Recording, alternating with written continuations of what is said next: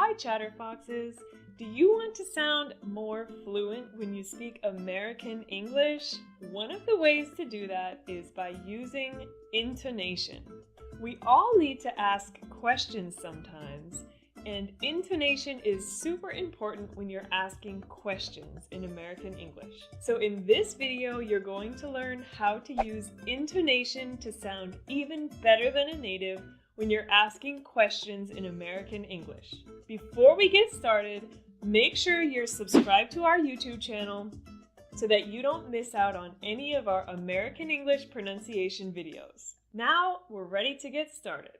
There are two types of intonation in English. One is rising and the other is falling.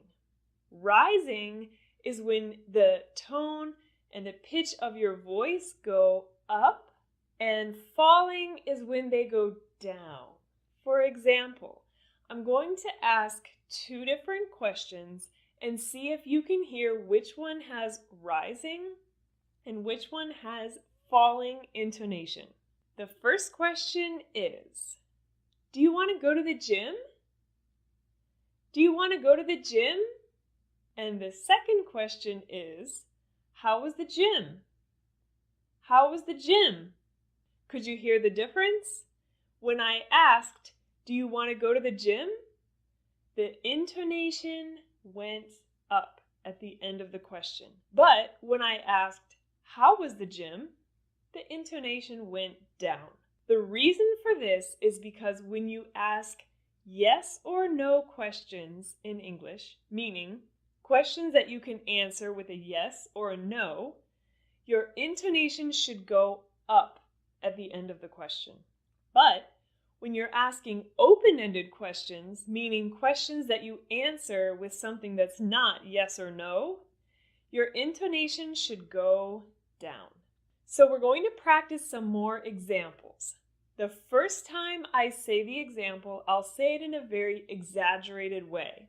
Then we'll say it 2 or 3 more times, and I want you to say all of these with me to give you practice in using intonation to ask questions fluently in English.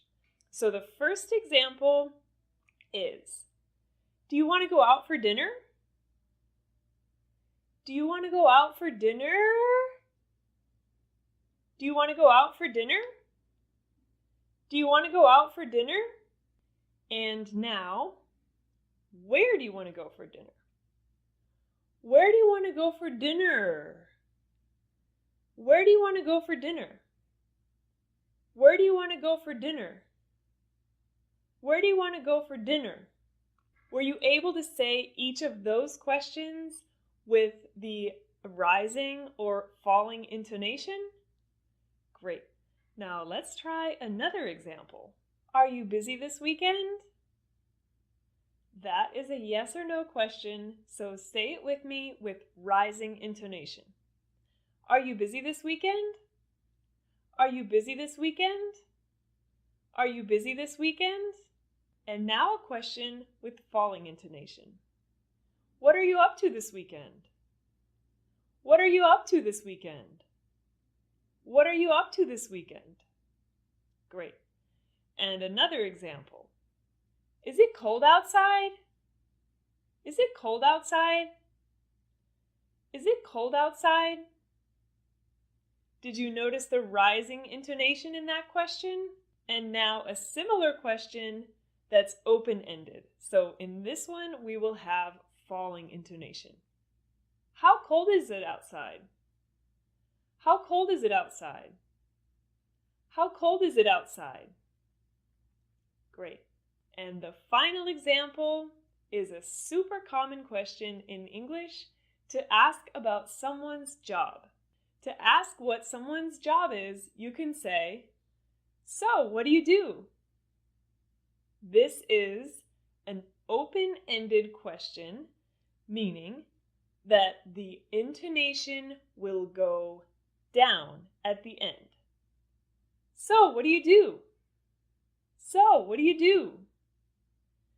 A similar question would be to ask, so do you work in the city? So, do you work in the city? So, do you work in the city? Could you hear the difference? Great.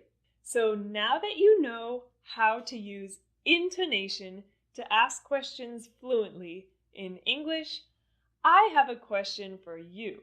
This question, so what do, is a very common question, but some people think that it's rude to ask this question in some situations. The reason for this is that some people believe if you ask about someone's job too soon, that you're implying that their job is the most important thing about them. Other people think that this question, what do, is perfectly okay and just a normal question to ask to get to know someone. So now I want to know what you think. Do you think it's okay to ask someone, so what do? Or is this question a little bit too personal and rude in some situations? Tell us your opinion in the comments section below. Can't wait to hear from you. Great job. Now you're already on your way to speaking English better than a native. But you know what's even more important than using these American expressions? Using correct pronunciation. So visit us at the link in the description to check out our fluency program and subscribe to our channel to start speaking better than a native today.